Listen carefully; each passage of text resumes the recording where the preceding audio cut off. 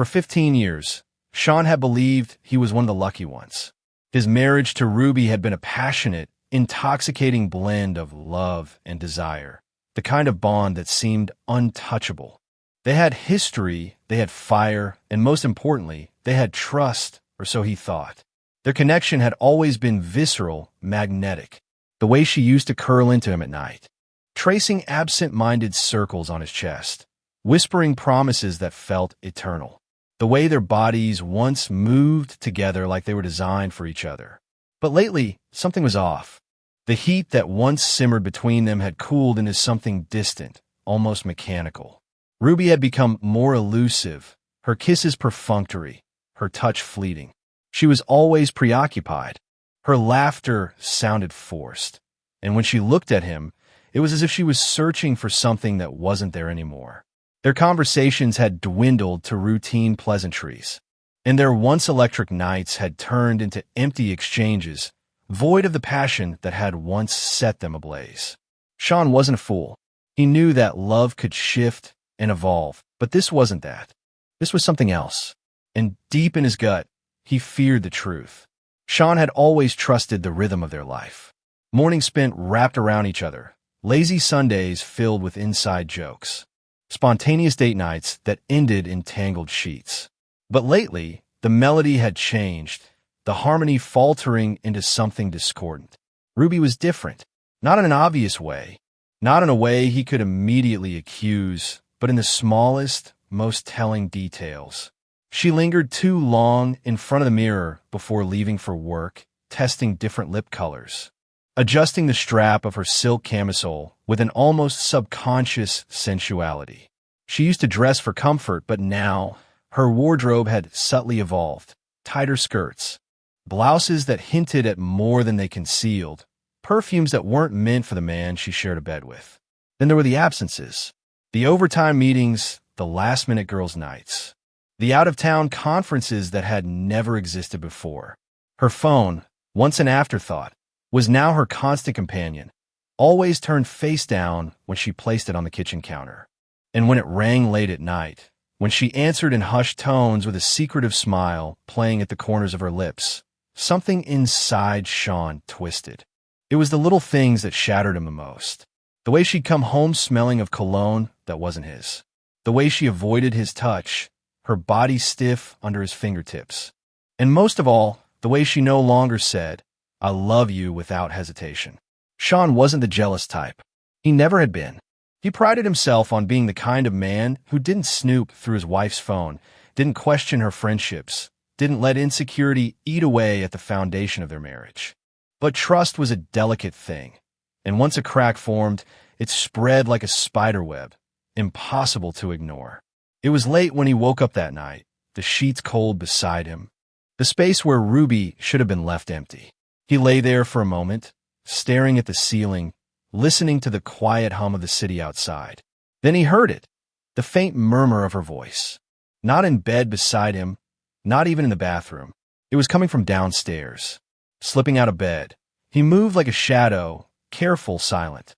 The glow of her phone screen illuminated her face. Her lips curled into a secretive smile. "I miss you too," she whispered, her voice dripping with something that sent a sharp pang through Sean's chest. For a moment, he couldn't breathe. His hands clenched into fists at his sides, his heartbeat loud in his ears. He could walk away, pretend he hadn't heard, pretend everything was still okay. But as he stood there, frozen in place, he realized something. He didn't want to pretend anymore. Sean turned, retreating up the stairs, the weight of her betrayal settling deep in his bones. The truth had finally come to light, and there was no looking away now. The next morning, Sean sat at the breakfast table, watching Ruby as she moved around the kitchen, her every motion effortless, rehearsed. She hummed softly as she poured her coffee, her lips still curved with the remnants of a secret smile. The same smile she had worn last night, the same one that had shattered something inside him. He tightened his grip around his own mug, letting the heat sear into his palms, grounding him. He wasn't ready to confront her. Not yet. He needed more. More than just whispered words in the dark. More than a gut feeling twisting his insides. He needed proof. So, he did something he had never done before. He waited for her to leave, and then he picked up her phone. The passcode was the same. It always had been. That, at least, was a mercy. But as soon as the screen unlocked, he felt his stomach plummet. The messages were there, bold and undeniable. Text from an unsaved number. But the words were unmistakably intimate. Last night was incredible. I can't stop thinking about you. Wish I could feel your lips again. Sean exhaled slowly, his hands tightening around the device. His blood ran cold, but beneath the ice there was fire, burning, consuming, waiting to be unleashed. He had given her his trust, his loyalty, and she had thrown it away for this. He put the phone down, his mind sharpening with a clarity he hadn't felt in a long time.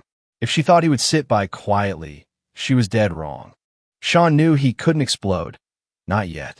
Confronting Ruby without a plan would only give her room to twist the truth, to weave lies between soft apologies and meaningless reassurances. No, he needed to corner her, to make sure there was nowhere left to run. That evening, he set the stage. He cooked her favorite meal, steak, seared perfectly, a bottle of red wine breathing on the table. Everything about the night looked like a quiet celebration of their marriage, a return to intimacy. When Ruby walked in, she hesitated for a moment, eyeing the table with confusion, then delight. "This is a surprise," she murmured, setting her purse down, her lips curving into an easy smile. "What's the occasion?" Sean simply pulled out her chair, motioning for her to sit.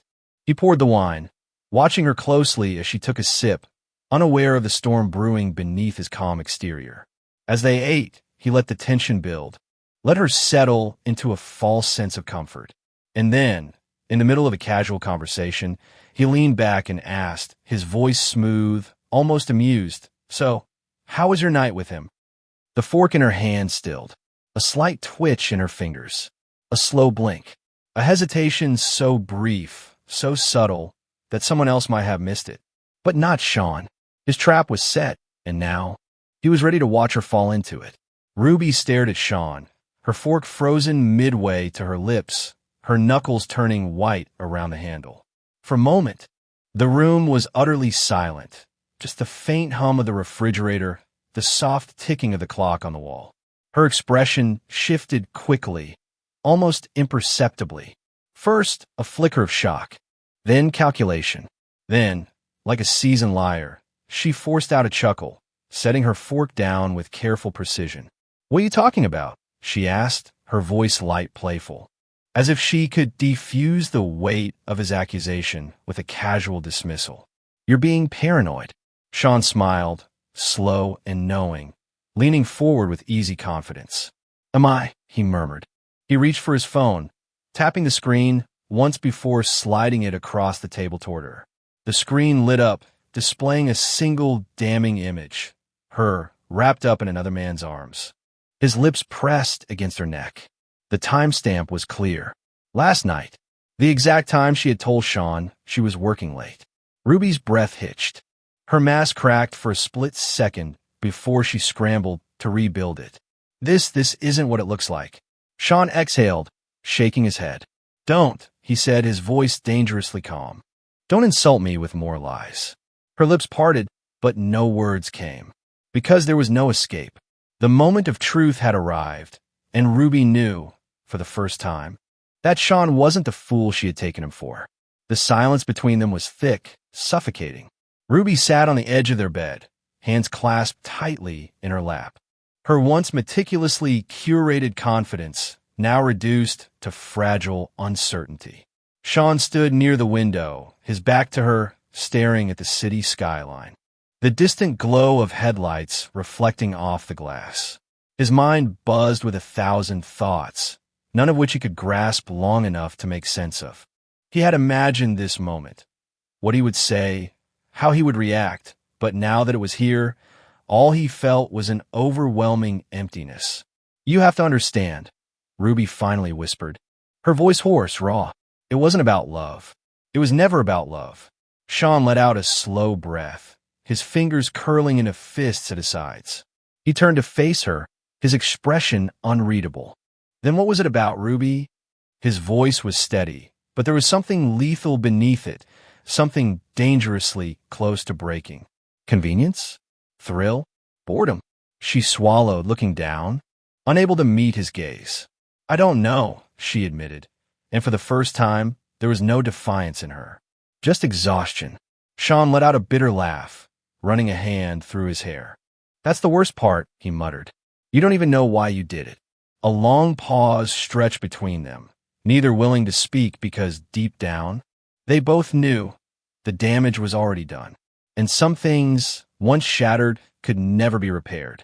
Sean stood outside the hotel, a gentle breeze ruffling his shirt as he exhaled slowly, savoring the unfamiliar yet exhilarating feeling of control.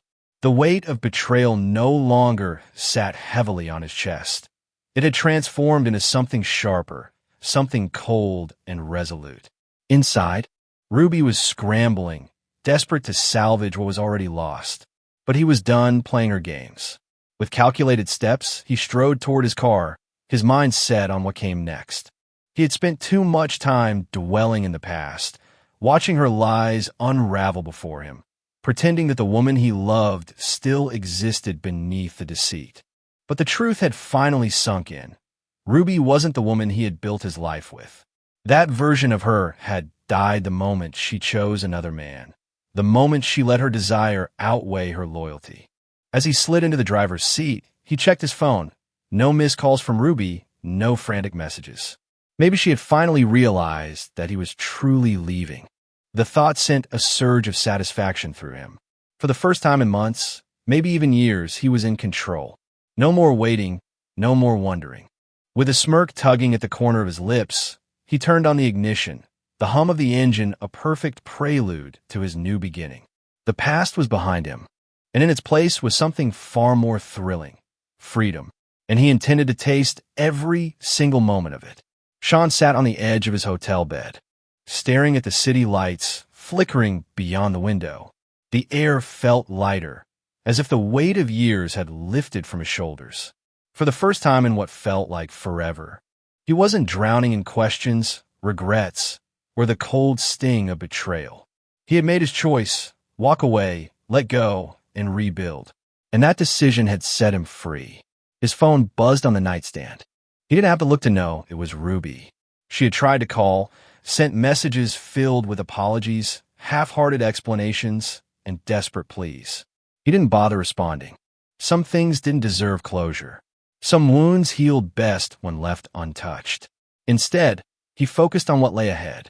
The world suddenly seemed open in a way it hadn't before, filled with possibilities he had once ignored. He wasn't the same man who had clung to a broken marriage, hoping love could outweigh betrayal. No, he had changed, and now he was ready. With a deep breath, he grabbed his jacket, stepped out the door, and walked toward a future that was finally, undeniably his.